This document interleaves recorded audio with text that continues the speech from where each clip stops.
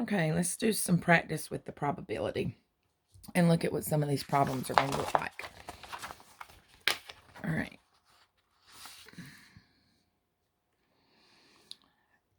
Dan rolled a number cube 20 times. The cube landed on the number 3 6 times. Now, you're going to need to just take some good notes on this. The pages for this are in Google Classroom, and I don't know if you can split your screen so that you can watch the video and see the coach book pages or not. But if not, you need to be taking notes in your OMG for, this is coach book 234 and 235. So this is coach book 234 and 235 notes. And these are notes for your mastery check, and you're going to take a mastery check in just a minute. So this is coach book 234 and 235 notes. Label that in your OMG, and you're going to take notes and do this with me real quick. I am using our Desmos calculator. So I will kind of move that so you can see it as I'm doing it, because you're going to be needing to use your Desmos calculator for this. Dan rolled a number cube 20 times. The cube landed on the number 3 6 times. What is the experimental probability that Dan will roll a number 3 the next time he rolls the cube? Okay. So he did this. He rolled it.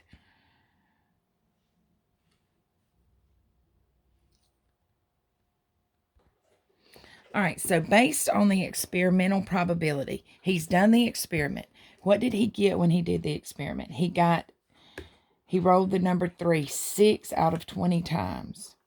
So we're going to, with experimental probability, it's what I got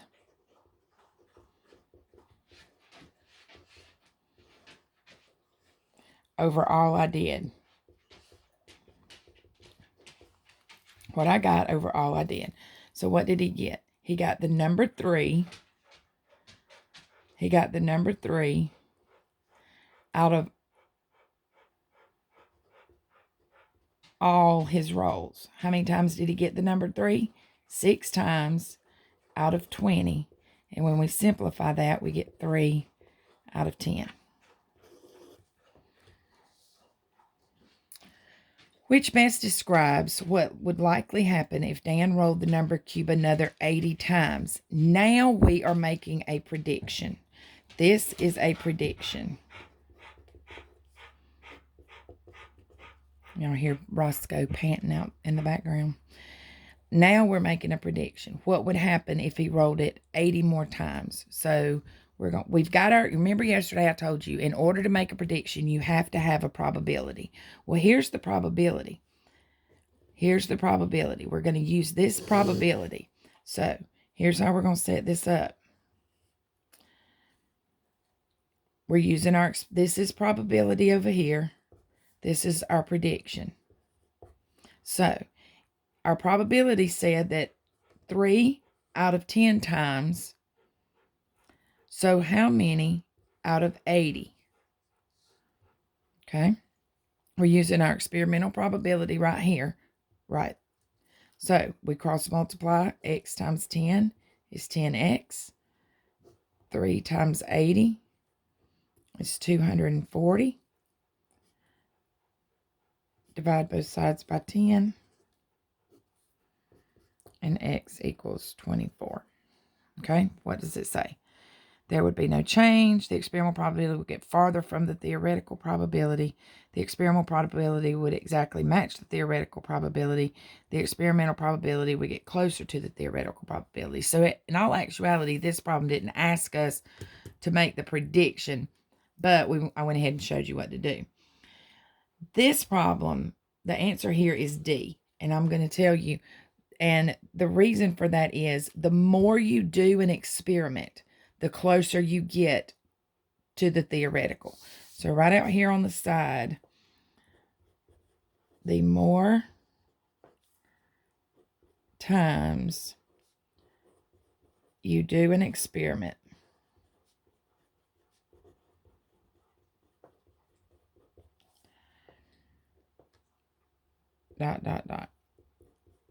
The experimental probability gets closer to the theoretical probability. So the more times you do it, the more your chances are of getting closer to the theoretical probability. Okay? Because up here, go back to number 1 for just a minute. Let's talk about, this was the experimental. The theoretical probability of getting the number 3 on a number cube. A number cube, remember I told you had 6 sides? So if we set up our what I want over all I have, what do I want? The number 3 out of all. How many 3s are on there? 1 out of 6. So the theoretical probability for getting the number 3 is 1 out of 6. The experimental probability where he actually did it was 3 out of 10. Okay? So now if we wanted, let's take this one step further for just a minute. Let's change both of those to a decimal. All right? So I'm going to come over here to my Desmos calculator. And I want you to be able to see what I'm doing right here. So I'm going to grab right over here my A over B. And I'm going to set me up a fraction. And I'm going to do 1 out of 6 is 1.6666666. So we're going to round that. So 1 out of 6 is 0.17. Okay? 0.17. So I wrote that right there on my paper, 0.17. Now I'm going to do the same thing, and I'm going to get, well, 3/10. We know what 3/10 is. 3/10 is 0.30. All right, so 3/10 is 0.30. 0.17, 0.30. So which is closer, or which is greater? The experimental is greater. And the experimental is greater because he rolled it more than the actual number of things he has. That's irrelevant. The experimental probability is greater than the theoretical probability. And the more times he did it, is why that experimental got closer and closer to the theoretical. Okay? So basically, one more time, I'm going to recap all of that. I'm going to do a quick recap of all that. One more time. Let me fix that. Okay. So the theoretical probability of rolling a number would be 1 out of 6, which is 0.17. Experimental is based on what the problem told us was 3 out of 10, which is 3/10. But when to compare those decimals, we had to put the 0 there.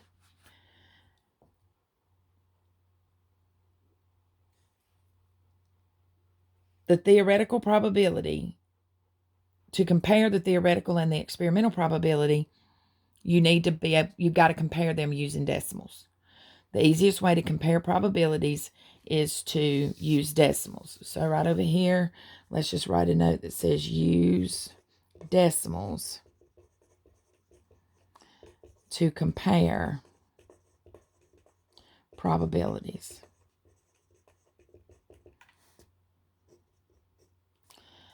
To compare them, use decimals. Now I'm going to tell you, your extended response on your unit test is looking at telling me which is greater, theoretical or experimental. So you've got to be able to put it into decimal form. So I'm not telling you all this for no reason. The theoretical probability and the experimental probability get closer to each other the more times you do an experiment. Those are the takeaways from those two. So let's move on to number 3. Sonia wrote each letter of Ledbetter on a separate sheet on a separate index card and put the cards in a box. She picked one letter at random, put the card back, and then repeated the experiment. If she performed this experiment 90 times, which is the best prediction? So now we're asking for a prediction of the letter T. Well, before we can do our prediction, we got to have a probability. It hasn't told us anything. We don't have any data of an experiment. So she hasn't done it. There's no data of an experiment. There's no table. There's nothing. So if there's no data of an experiment, we have to use our theoretical probability as our probability. So the first thing we've got to do here is get a probability to work with. And so we're going to use what I want over all I have. What I want over all I have is I want the letter T out of all letters.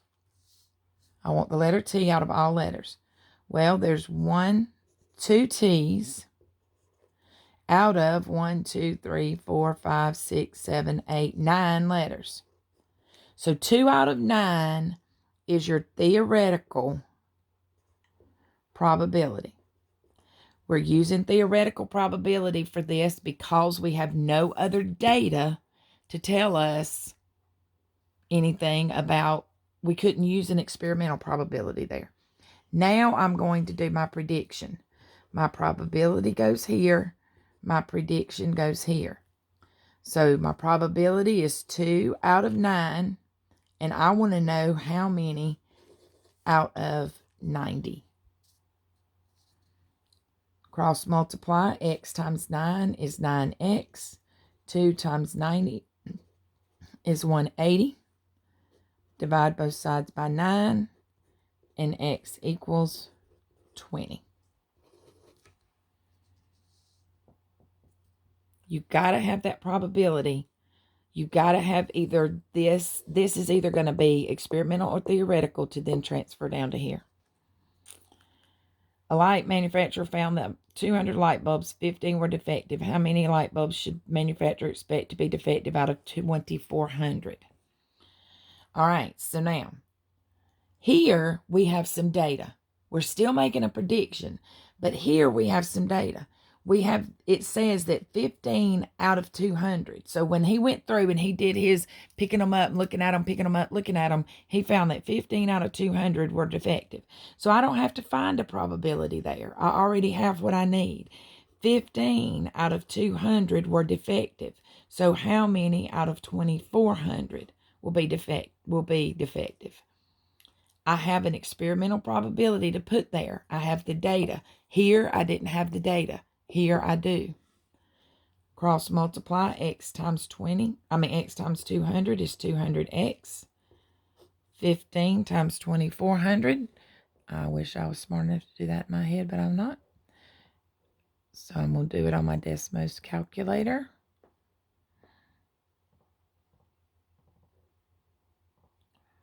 And it's 36,000 divided by 200. Divide both sides by 200. And it's going to be 180.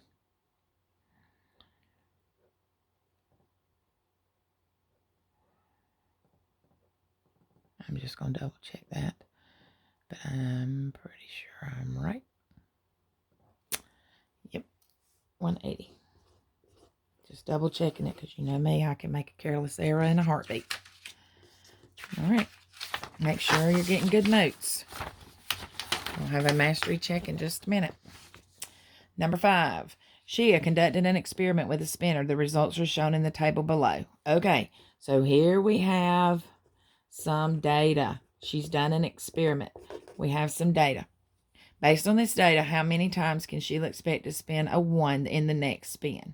All right, so we want the number 1. So here's the number 1. Here's what we're going to be using right here.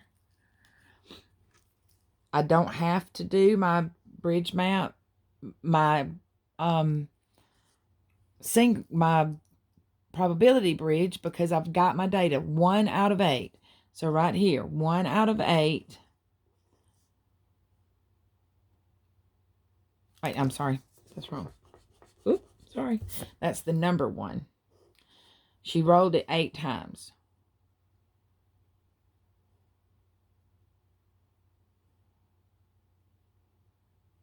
Sorry, guys. I'm back up.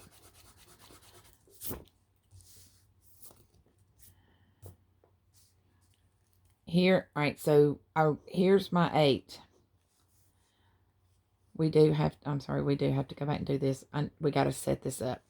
This is what I got.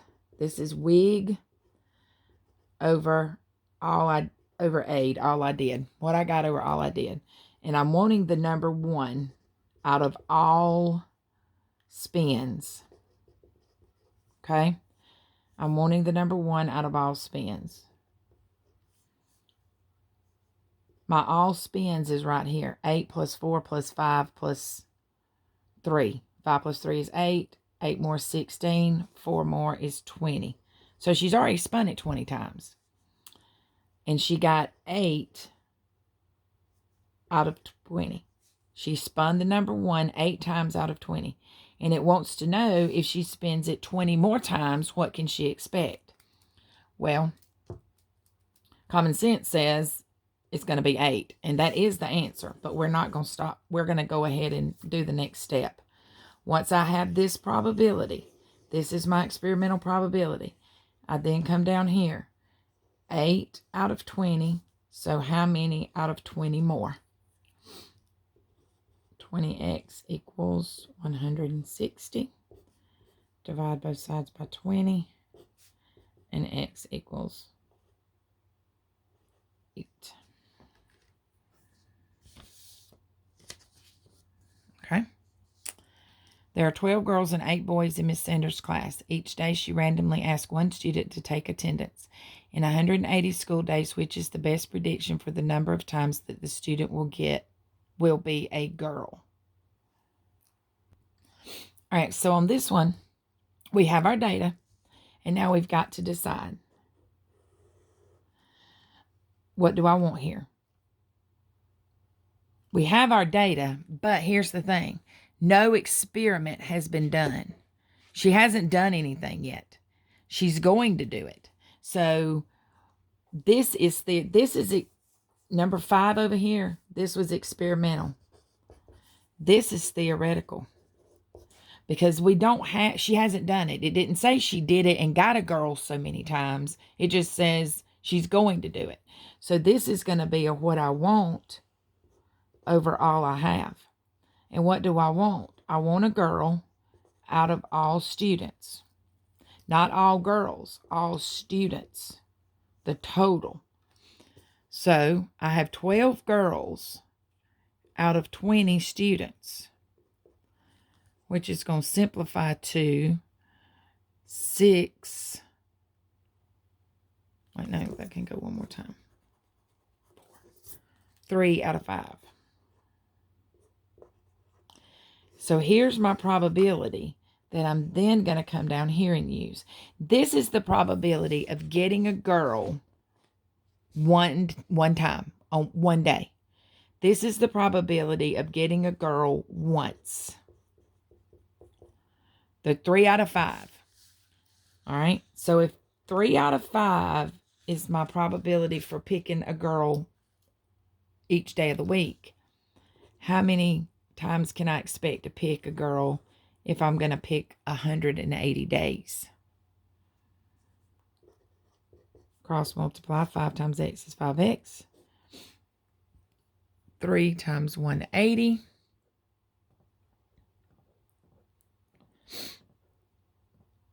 It's 540. Divide both sides by 5. And x equals 108. I'm going to just be sure that I'm right there.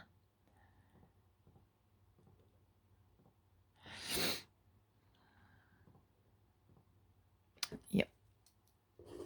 So she can predict that she'll pick a girl 108 times.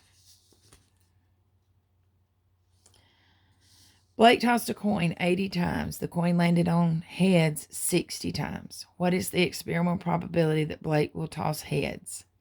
All right, so here's my experiment. My experimental probability is what I got